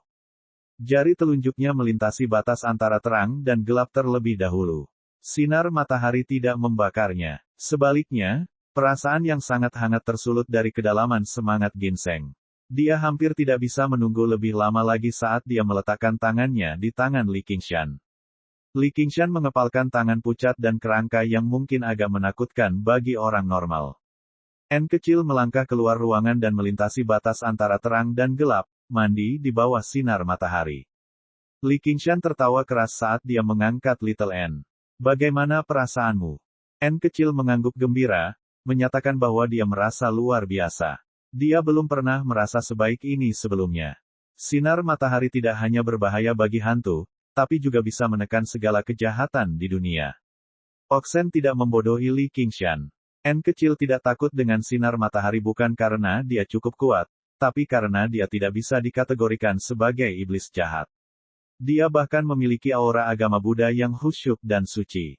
Ini adalah kekuatan jalan tulang putih dan keindahan luar biasa, kemampuan iblis yang diciptakan oleh seorang biksu Buddha terkemuka. Hidup dan mati sulit dibedakan, agama Buddha dan setan adalah satu dan sama. Di hari yang begitu menggembirakan, bahkan Li Qingshan tidak dapat memikirkan ide bagus apapun untuk merayakan Little N. N kecil tidak bisa makan atau minum. Apakah dia harus bergegas keluar dan menggali dua hati? Alhasil, dia melambaikan tangannya. Aku akan menjadikanmu manusia salju. Seperti yang diharapkan, Little N sama bahagianya dengan anak normal. Li Qingshan berkata, aku tidak memberitahumu, kan? Keahlianku dalam membuat manusia salju bahkan lebih baik daripada kekuatan suciku. N kecil segera menunjukkan ekspresi kagum. Li Qingshan sangat puas dan tertawa. Dia berjongkok dan menggulung salju tebal menjadi bola besar. Kemudian dia menggulung bola kecil lainnya dan meletakkannya di atas bola besar. Dia melihatnya dan sangat puas dengan bentuk sempurna dari kedua bola salju tersebut. Dia hendak kembali ke rumah untuk mencari sesuatu untuk dijadikan hidung dan mata. Tiba-tiba, dia melihat sesosok tubuh berwarna putih berdiri di depannya. Dia melihat lebih dekat dan menyadari bahwa sosok putih itu sebenarnya adalah dirinya sendiri. Patung salju Li Qingshan. Meskipun fitur wajahnya sedikit buram, sosok dan auranya terlihat seperti aslinya. N kecil dengan sabar membentuk lekuk pakaiannya. Li Qingshan berkata, ini dilakukan olehmu. Ini bukan lagi manusia salju, tapi patung salju. N kecil mengangguk dan melihat ke belakang Li Qingshan dengan rasa ingin tahu. Li Qingshan membuka mulutnya dan menghela napas. Dia berbalik dan menendang dua bola salju yang sempurna itu hingga berkeping-keping. N kecil terkejut. Ini hanya latihan. Sekarang aku akan serius. N kecil menyelesaikan patung salju Li Qingshan besar, Li Qingshan tengah, Li Qingshan kecil, dan segala jenis burung dan binatang. Li Qingshan menghancurkan mahakaryanya, satu persatu, ambruk di salju karena kelelahan. Baiklah kalau begitu. Kemampuanku membuat manusia salju masih sedikit kurang dibandingkan dengan kemampuan bawaanku. Tapi melihat betapa Xiao An bersenang-senang, bisa dikatakan dia telah mencapai tujuannya. Seseorang datang. Jantung Li Qingshan berdetak kencang. Mendengar langkah kaki tersebut, N kecil segera bersembunyi di dalam rumah. Dong. Setelah beberapa ketukan di pintu, Li Qingshan membuka pintu. Itu adalah penasihatnya. Penasihat itu tersenyum. Arester Li, bagaimana tidurmu tadi malam? Tuanku ingin mengundangmu ke Yamen. Akan ada sidang hari ini. Li Qingshan menyuruh N kecil bersembunyi dengan baik dan pergi ke Yamen. Ye Dacuan secara pribadi mengundangnya ke aula belakang dan memerintahkan seseorang untuk mengeluarkan satu set pakaian. Itu adalah seragam penahan dan sabre standar yang melilit angin. Li Qingshan tidak bisa menolak kebaikan orang lain. Selain itu, identitas penangkap juga berguna bagi Li Qingshan. Meski pemerintahan di dunia ini terlihat tidak kuat, namun pasti ada yang istimewa darinya karena bisa menempati posisi ortodoks dunia. Dia membutuhkan gelar ini untuk saat ini. Li Qingshan pergi ke ruang samping untuk mengganti pakaiannya dan melengkapi pedang pemikat angin. Ketika dia muncul kembali, sikapnya telah berubah sekali lagi. Seragam penangkap hitam itu tidak seburuk yang dibayangkan Li Qingshan. Sebaliknya, itu lebih mirip seragam. Ketika dia memakainya, dia kehilangan sebagian dari sikap tidak terkendali dan tidak terkendali dari orang-orang Jianghu, tetapi mendapatkan kesungguhan dan kepahlawanan. Ye Dachuan berkata, saya awalnya mengira itu agak terlalu kecil, tapi menurut saya itu tidak pas. Meskipun tidak bisa dibandingkan dengan seragam serigala hitam yang sebenarnya, Anda benar-benar terlihat lebih mengesankan daripada Hawkwolf yang sebenarnya, penjaga saat kamu memakainya. Li Qingshan berpikir itu sebenarnya bukan imajinasinya. Dia benar-benar menjadi lebih kurus. Itu bukan karena dia terlalu banyak berolahraga dalam beberapa hari terakhir. Itu mungkin efek dari latihan tinju penempaan tulang iblis harimau. Seragam serigala hitam, penjaga Hawkwolf. Petik 2. Ye Dachuan berkata, mereka hanyalah sekelompok anak serigala yang merendahkan dan kejam. Jangan khawatir, mereka tidak dapat mengendalikan tempat ini. Di kota Qingyang, Anda dan sayalah yang bertanggung jawab. Awalnya, Li Qingshan hanya bertanya dengan santai, tapi dia malah memperhatikannya sekarang. Ye Dachuan sepertinya menyiratkan bahwa jika pengawal Hawkwolf berhasil mengendalikan tempat ini, mereka tidak lagi menjadi penanggung jawabnya. Namun, Ye Dachuan telah menyaksikan kehebatan bela dirinya sebelumnya. Tampaknya, istana kekaisaran dan pemerintahan dunia ini tidak selemah yang dia bayangkan. Yang lemah mungkin hanyalah Tuan Ye sebelum dia.